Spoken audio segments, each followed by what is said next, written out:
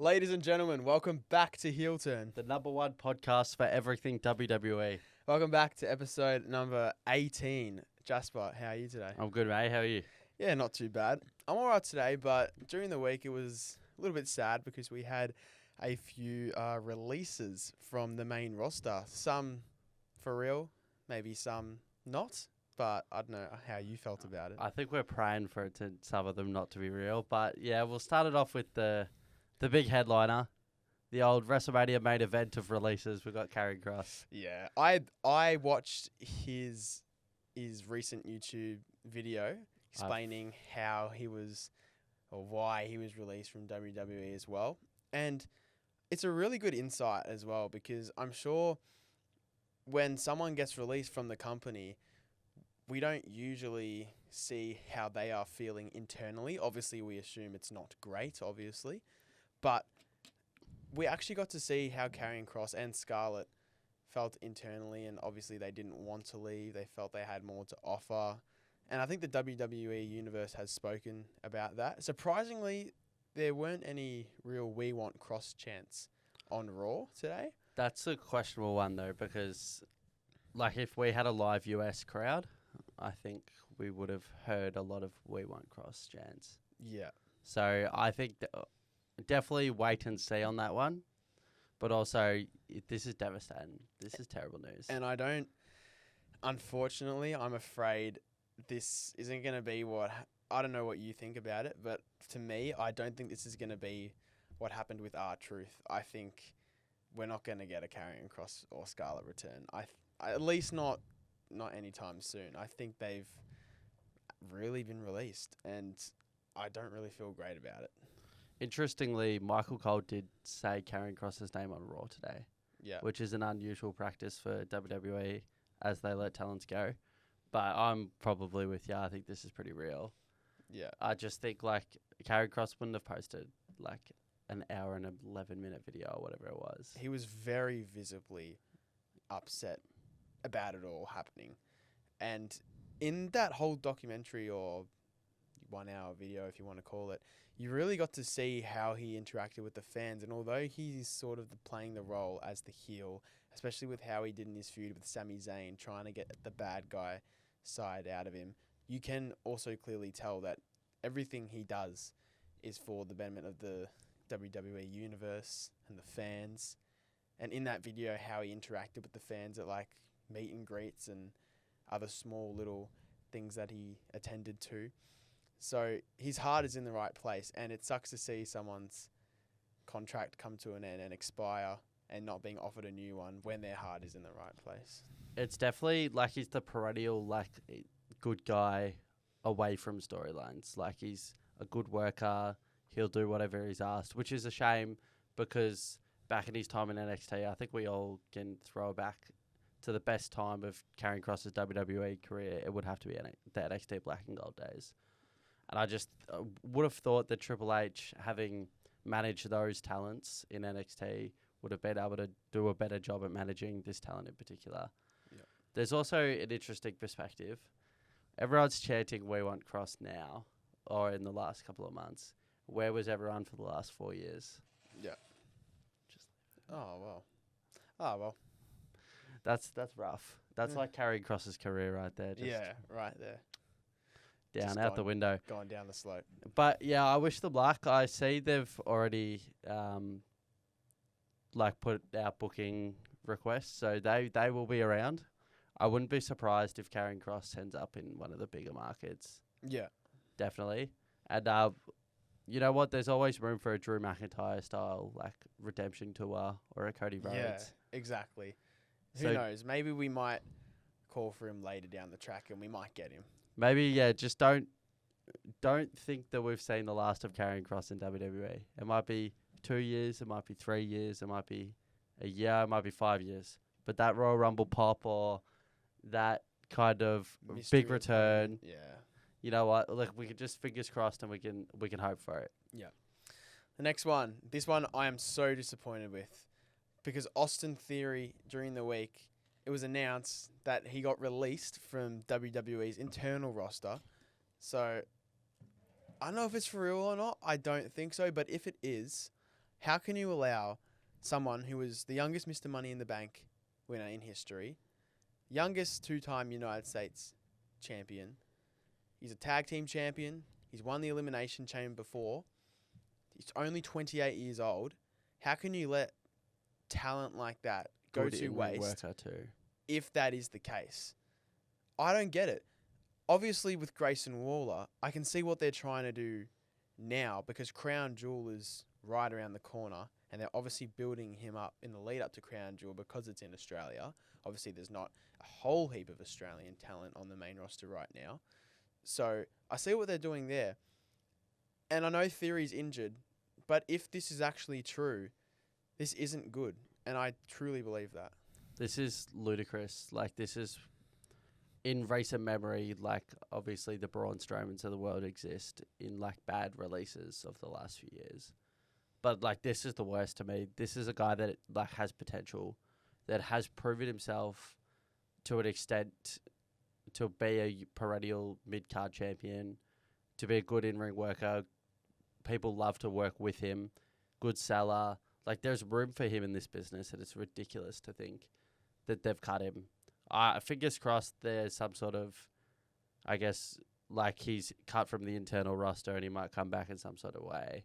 Yeah. Like maybe that's just not a full-blown release, but I just think if realistically, if we're looking at these two superstars here, like in what world are you really picking Grayson Waller over Austin Theory? Austin Theory's over with the crowd now as well. Like what is with WWE releasing people that are over with the crowd? I 100% agree, and I think we can both certainly agree, and I'm sure the same with a lot of other people watching, or just general WWE fans.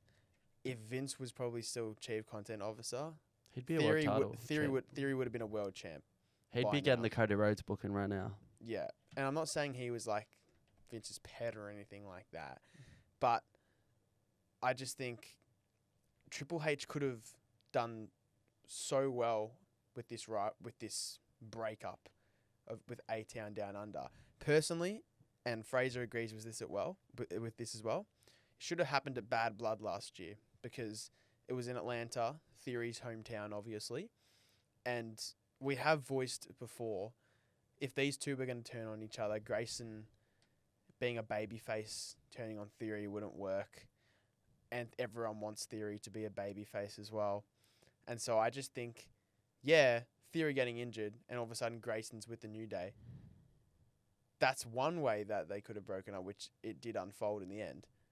But they missed a golden opportunity here to let this rivalry cook because I felt like they could have done really well with this. And I'm just hoping that if Theory isn't released, they can, I guess, forgive us in some sort of way and allow Theory and Waller to have this rivalry and let Theory go on and do bigger and better things. I'm just hopeful that, like, when they say release from the internal roster, maybe his injury's worse than we think, and it's 6 months or whatever, and then we come back, maybe it's at the Royal Rumble, and Grayson Waller's just cleaned house in the ring, number 7 comes out to the ring, and it's Austin Theory, and that's when we get the payoff, and they start, like, maybe it's just a long simmering story that's being told in the most poor fashion ever.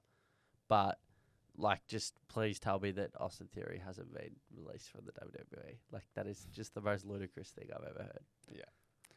Well, Bayley today on Raw had a promo, which was very interesting because she said that she never felt more alone.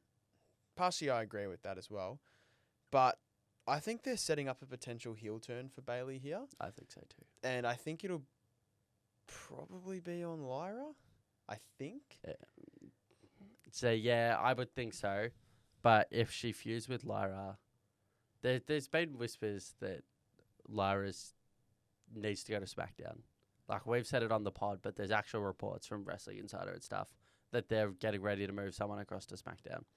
So I just think if you start a feud between them, it's either not going to be long enough, or like that it's not going to happen. Yeah. So I hope it's just a devastating heel turn. Like, I want to see not necessarily blood, but I want to see like rage and anger, and like I want Bayley to be a perennial heel in the probably on the Raw women's main event, like scene. That's where I want it. Do you? I want to ask you this. So when we had a bunch of names getting at the start of the year, they got moved over to different brands. So we had AJ move to Raw. He wasn't SmackDown last year, but obviously he was out for a while. Then we had Damo and Drew move over to SmackDown. And we had these new signings, and obviously Bayley got moved over to Raw. Do you? And obviously they've utilized Damo and Drew on SmackDown and AJ on Raw pretty well. Do you think they've utilized Bayley well in her move to Raw? Not at all. Like, this is Bayley who hasn't won in, like, what? Like, a year? Yeah. Like, this is ridiculous. This is one of the 4 horsewomen of WWE. I just think if you're going to sign someone to the opposite brand, there needs to be a reasoning behind Or a plan. it. And there needs to be a long-term plan. Like, hey, Bayley's going to be the next person to feud for the women's world heavyweight title. She's going to beat 2 or 3 women before she gets there. And then she's going to lose to, like, whoever's holding it at the time. Just be fodder to the champion. Like, I'm okay with Bayley being fodder to a champion. That's fine. But she hasn't won a match that we can remember in a year. Yeah. Like, she lost to Tiffany Stratton on SmackDown earlier this year for the championship. She's lost to Lyra on multiple occasions. She didn't get a go at WrestleMania. She was left off SummerSlam as well. Yeah, couldn't beat Becky for the IC title. Lyra got involved in that. Same at Evolution. She lost the tag team title match with Lyra, the episode after Evolution. So, yeah. I think she's a symptom of a division that has been full of no contests. Yeah. So if you have a look back at maybe her last, like 15 matches on the main roster on Raw or SmackDown, I reckon at least half of them would have been no contest. Yeah. Which is, it makes us feel like she hasn't won in a while, but it also makes us feel like she hasn't lost in a while, so she hasn't really put anyone over. Yeah. It just does feel like it's been a waste of time for Bayley. I agree. Sheamus and Rusev, one that we haven't really talked about as much. It's sort of been simmering in the background a little bit, but I think it's about time that these two get a match at a PLE that probably they rightfully deserve in the end. For sure. And like 2 like not American superstars going at it in Paris. I just think the fans would get behind that. And on this card that's going to have John Cena and Logan Paul, it's going to have Drew McIntyre and Cody maybe. Yeah. And it's going to have Seth Rollins, that fatal 4-way. This card does deserve a bit of brute force. Yeah. Like, there's a bit of a trend at the moment in WWE that there isn't many, like, big heavyweight style matches. Yeah. You have the perfect opportunity here. And these two, along with Bronson Reed and Jey Uso, I know you don't like Jey Uso, but still. But, like, these two with Bronson Reed and Jey Uso match. had that qualifying match for the King of the Ring tournament. So, back to what you're saying about that brute force sort of style of wrestling, these two have shown it in multiple occasions while they've been feuding with each other.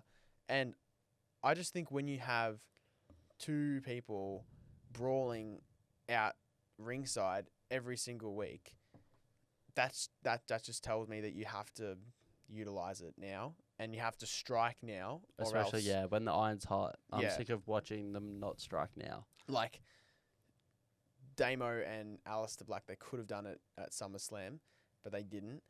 This one probably could have happened at SummerSlam. I'm glad But it they've didn't. waited a little bit to give it a bit of a platform. Yeah. But they've given it the platform now, so it has to be on Clash in Paris. And these two deserve like a no holds barred match or a falls count anywhere match. Some sort of stipulation. It's going to be Bloodline rules. Yeah. Because Rusev hasn't had an opportunity on a premium live event since he returned. And Sheamus hasn't in... Nor has Aleister Black, actually. That's Yeah. something I want to raise, actually. I'm sick of WWE. I've actually said that a lot of times today. Maybe I'm in a hateful mood, but... As always. As always, that too. But Rusev, Aleister Black, these free agents that they've been signing, Andrade from years before, like, what is with these guys never winning on a pay-per-view? Yeah. Like, this is getting ridiculous. We saw these guys as, like, lucrative or like big marquee signings, and then they like never sniff the main event scene ever because we're just happy with Cody Rhodes and Seth Rollins and a returning Roman Reigns. Yeah. Like, Because like, who do you think in the end will come out on top in this feud though? Because I probably think Sheamus. I think Rusev. I think in a world where maybe it's just because of what I just said, like, we just need the free agents to win. Like, you don't sign a guy, have him come back, have him built up as this destructive force, and then lose to a... Like, I love Sheamus. Subpar mid-carder that hasn't challenged for a mid-card title in over a year. I just think Sheamus because he's obviously... Although he's showing that sort of dark energy, that darker side, he is the good guy in this one, and I think it's been I know like Rusev is just new, but it's been a while for Sheamus since he's had relatively a good run of form on success. Like Survivor Series last year against Braun and Ludwig for the IC title, like, and that was a great match too. That was in the last year. I apologize for my lack of ball knowledge. and so I think, and if I'm being completely honest, I think Sheamus probably should have won that match. They could have struck then. Everyone thought we were waiting for WrestleMania on that. And that's a common theme. We're saying we're waiting, and we're just not getting the payoff. And then the iron is not hot. No one wants to say it, and that's when they pull the trigger. Yeah, I agree. Io Sky, today, Naomi was not medically cleared to compete against Io Sky. And so instead she faced Roxanne Perez, and we had Asuka and Kairi offer to help, and Io rejecting. But obviously, that terrifying spot, by the way, where Roxanne put her legs up and Io felt that hard. Like, that was a little bit of a scary moment. Like, I won't lie. And obviously the Kabuki Warriors rushing to the aid of Io, getting involved and costing Io the match, I guess. I guess it's just a way to include the Kabuki Warriors a little bit more, but I think it's also a way for them to move Io away from the championship scene, because right now you've got Naomi, Rhea, Io, and Stephanie all in that conversation at the moment. It's a little bit cluttered. I think we might be seeing a bit of a tag team match forming.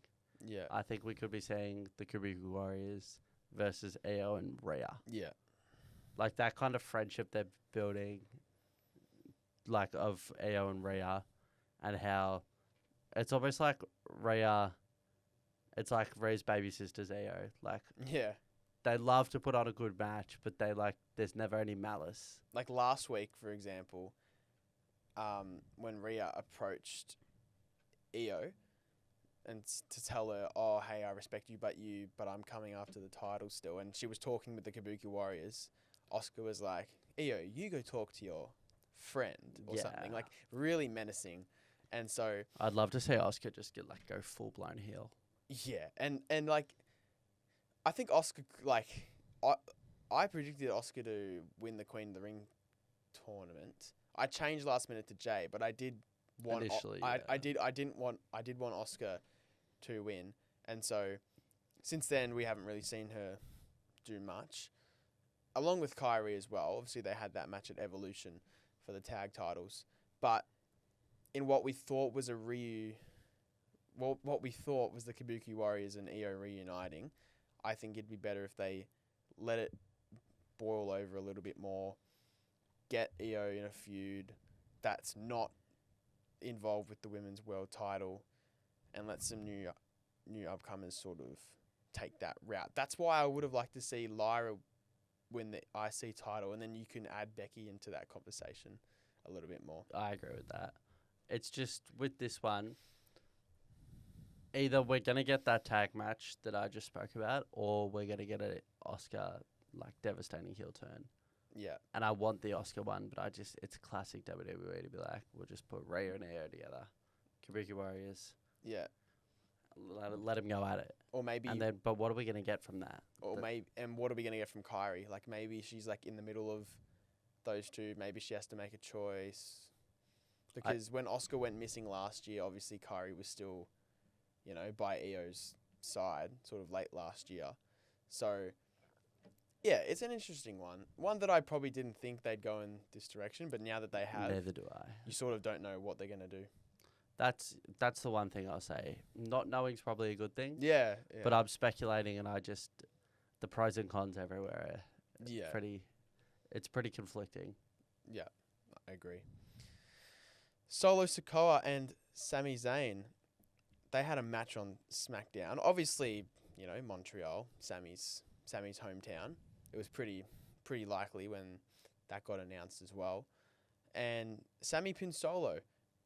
But today on Raw, we had the MFTs attack Sami, and I actually wasn't expecting that, by the way. I thought Sami versus Rusev today was just going to be a way for them to write Sami off TV. But they're obviously still not going in that direction. Do you think this is stupid, or do you think this is a good way to get Sami Zayn moved on from Karrion Kross and Seth's faction? I think it's stupid in the sense that I wanted Sami written off. Yeah. But if Triple H walked up to me and he said, "Look, mate, I'm not going to be able to write Sami Zayn off. That's not happening. I can give you this though," I wouldn't be too disappointed, because at least he's not in that world title scene. He's away from Jey Uso. He's away from Roman Reigns. He's away from Seth Rollins. Just get him away from that. Yeah. Get him away from Seth's faction. I don't want him anywhere near that. So that accomplishes that. I just think Solo copped a pin before we even knew that Sami Zayn was going to be in a feud for that title. If the MSTs didn't come out on Raw today, I would have been still fuming. Yeah. Like, our United States champion, going into every title match that he's had, should not have been pinned by the challenger a week before. And also, or 2 weeks and also before. Jacob Fatu. That's what I mean. Yeah, like, yeah. Jacob Fatu pinned him 2 weeks before their steel cage match. Yeah, and then I'm guessing the road forward is Sami Zayn versus Solo Sikoa for the United States title. See, I don't think Sami would win that, because obviously Sami signed to Raw anyway. But at the same time, if Sami's so I guess locked in at trying to get a world championship, maybe he needs a mid-card title just to, build himself up in that way to have that championship experience right before he goes. Because I still believe Sami can win the Rumble and have a future WrestleMania match next year. I don't think the fans agree with that one. I don't think. Yeah, we've been told, but I'm backing in that guess. I don't know. I just think if he holds the United States title, he couldn't lose it if that guy would win the Rumble, could he? Unless the MFTs write him off television. But that circles back to the fact that we're all just waiting for Sami Zayn to get rid of television. I don't know if I'm just talking complete and utter stupidity with Sami Zayn every week. It's just because I don't know what to talk about with him. I don't know what they're gonna do. Write him off TV. It's one of those things where doing nothing's better than doing it. Everything. I don't want to see this guy win the United States title and then just relinquish it and go win the Intercontinental title, then relinquish it and win the heavyweight. This man needs to lose.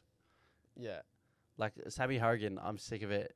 Maybe I'm just tall poppy and I don't like seeing people win, and when people win too much, that's when I get pissed off. But he's just not likable. There's something about him at the moment that isn't likable. At least at the moment, But Bloodline days. Yeah, but that's what I mean. The Bloodline days, he wasn't a perennial winner. Yeah. So maybe it's just because I hate winners, and maybe it's because I'm a loser. Maybe I'm the wrestling loser fan. But we make up 1% of wrestling fans, or 5% of wrestling fans as internet wrestling community. Yeah. But we got to remember that 95% of the fans are 10-year-old kids that love to yeet and yell Sami Zayn's yeah. And Sami Zayn's bloody song. Or Seth Rollins' that's 90% of the fans. We have to remember that. But maybe I'm just the toxic loser wrestling fan that John Cena broke up with earlier in the year. Maybe you're just the guy that loves to hate every single. Maybe I'm a perennial hater. Yeah, Drop in the comments. Is Jasper a hater? That's not a W. No one spammed in the W's chat. for Rue last week, and I'm actually filthy Yeah, about it. that was pretty I'm bad. actually filthy about it. Yeah, that was pretty bad. None for of the you Rollins guys family. care about the love and sacrifice that Seth Rollins put in for his daughter. Yeah. Beautiful. Oh, God. John Cena against Logan Paul, which is confirmed for Clash in Paris. I just think if Brock attacks Cena, how can we not get the pay-per-view right after SummerSlam? But I guess for our sake and for my sake, going to Crown Jewel, obviously, I'm hoping they put it off so that we can actually see Cena versus Brock happen, which I'd be so excited for. But obviously, like I said last week, I'm pretty sure majority of the time during Cena's retirement tour, Cena is choosing who his opponents would like to be. Apparently, he isn't. There was Really? he came out and said that this was this morning. In the this Boston, morning. the Okay. Boston Journal or something, like some Boston newspaper. He did an exclusive story with them. He literally sat down and he said, "I actually haven't picked a wrestler that I'm versing for the last 22 years." Really? Yeah. Okay. I don't know if I believe a word that he just said, but that's what John Cena said this morning. But my opinion on this one is that I've never been so excited to hear that Logan Paul is in a championship feud with John Cena, knowing that we were one pay-per-view too early to get it in Australia for Brock Lesnar. Like, the fact that we're getting Brock Lesnar in Australia, fingers crossed, touching wood. We don't know. It could still be AJ Styles, potentially. It could. Well, as long as it's not Logan Paul, to be honest. Yeah. I love Logan Paul, True. but, like, not with my childhood hero, please. Yeah.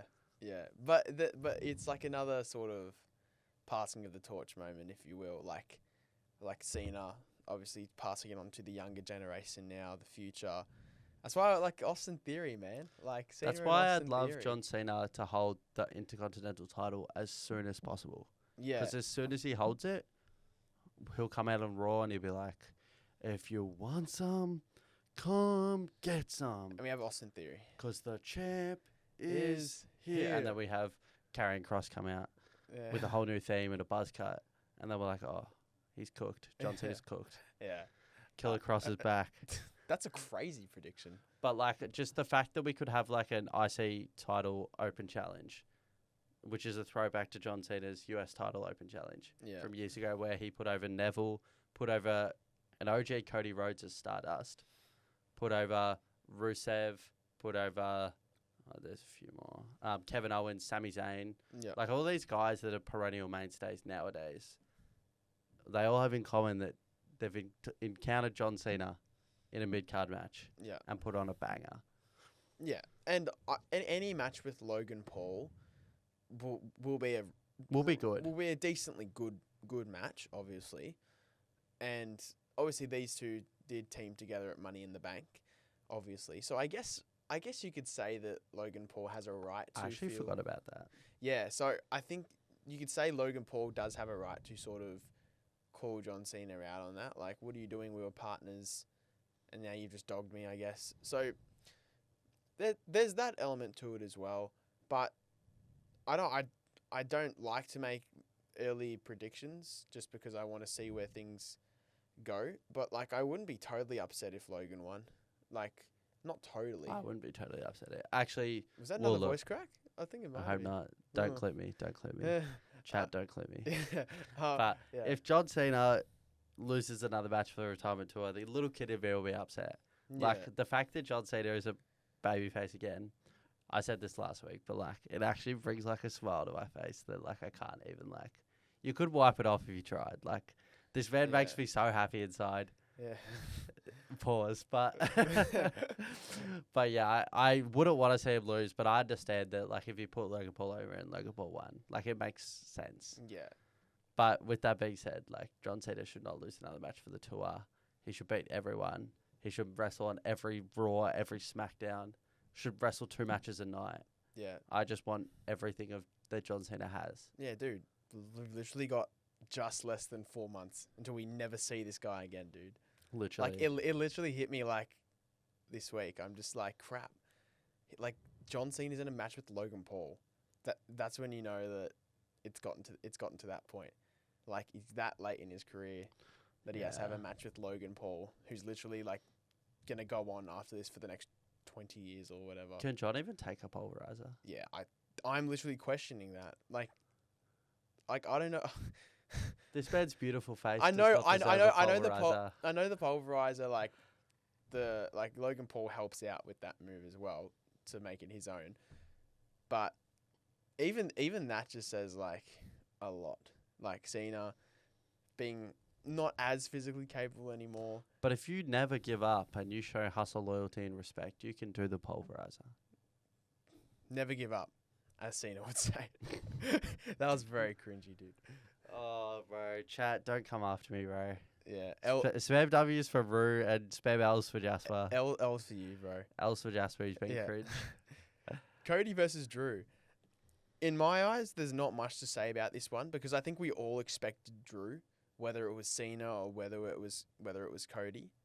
I think we all expected. I don't know why I didn't expect him. We literally spoke about it on the pod. Yeah, but like I just thought when Cody won, I was like, oh, that's it. That's the end for Drew. I thought if John won, it was to be like, oh, Drew's up. This is good. But yeah, anyway, I'm happy about it. But and if you look at the track record as well, like obviously it's not in, like, oh yeah, France. Yeah, we had Clash at the Castle last year. That was obviously in Scotland. Scotland, yes. So in 2022, we had Drew and Roman. 2024, we had Drew and Damo. And so now Damo got stuck in the ropes. Yeah. So now we got a clash in Paris, Cody Drew, which it hasn't been confirmed, but it will obviously. Yeah, like there's not much to say. Like I think Cody will probably win anyway. Like I don't know. I think Cody will win, but the Drew McIntyre Claymore spot into the announcers table from SmackDown was sick. Yeah, that was so cool. Like I like seeing things that like I haven't seen before. Like no one's ever splintered the side of an announcer's table before. the new announce like table you usually go through the top of it. Yeah, we've seen that like every week. Yeah. But like splinter the side of it, cool as hell. Yeah, like this is this is probably like because Cody's probably the purest baby face on the roster, and Drew's probably like one of the top heels. Drew's like the stockiest heel. Like I think he could be number one. But he just thinks he's a good guy at heart. That's why I like him. It's like he just thinks. Did you hear him on Logan Paul's podcast? Yeah, just hating on the whole roster. WrestleMania main event as well. Yeah, and hating on Travis Scott, and rightfully so. So, might I say? What did he say? It was like he's like, oh, we have friggin' celebrities come in and ruin our main event. Travis Scott, piece of shit. Like, yeah, which is beautiful, because I agree, 100%. I love Drew as a heel. But I love because he just thinks he's right. Yeah, like, and he probably is right half the time. Like that whole Punk and Drew feud from last summer. I feel like he thought he was right the whole time, and low key, like, yeah. So even though I do see Cody winning, like, I think because Cody's had a match with Randy this year, but during his actual championship reign, like, obviously he had AJ Styles a few times, Solo a few times, KO 3 times as well, and then can we look back on John Cena, and now Drew that he's defending for the championship. I feel like this is like one of his biggest opponents of while he's held the championship. 100%. This is one of his biggest opponents, and they have the ability to put on a really good decent match here. The bit with this, the reason I was going to bring it up is, what do you want to see in Cody Rhodes' feud now that you didn't see in the last feud? In the last title reign, I mean. Well, you go first. Because I just think like his last reign was so pooey. So bad. I want to see him go up against actual main event top stars. Like, you could argue that AJ Styles was that. I'll pay AJ Styles. Yeah, I'll pay that. Solo 2 times. Kevin Owens 3 times. Like, I love the Kevin Owens thing, but if that was the best thing that happened, rivalries, yeah. But if that was the best thing that happened in his reign of like a year, that reign's pooey. Yeah, I agree. It's like this one, you had the potential to. This match could be better than every match that he had in his last. For this reign, you have the potential here to go up against people like Drew, a heel version of Randy Orton, maybe a CM Punk, maybe Rock. The Rock. We've been waiting for either Rock Roman or Rock Cody for like 2 years now. Like this championship reign of Cody should be better. I want it to be better, and finally it needs to be. They better. just have to learn from the fact that the last one was pooey, so don't make it pooey. Like I think it was the right time. Like it was definitely the right time. Cody finishing his story WrestleMania 40. Like well done. You finished your story. It was great.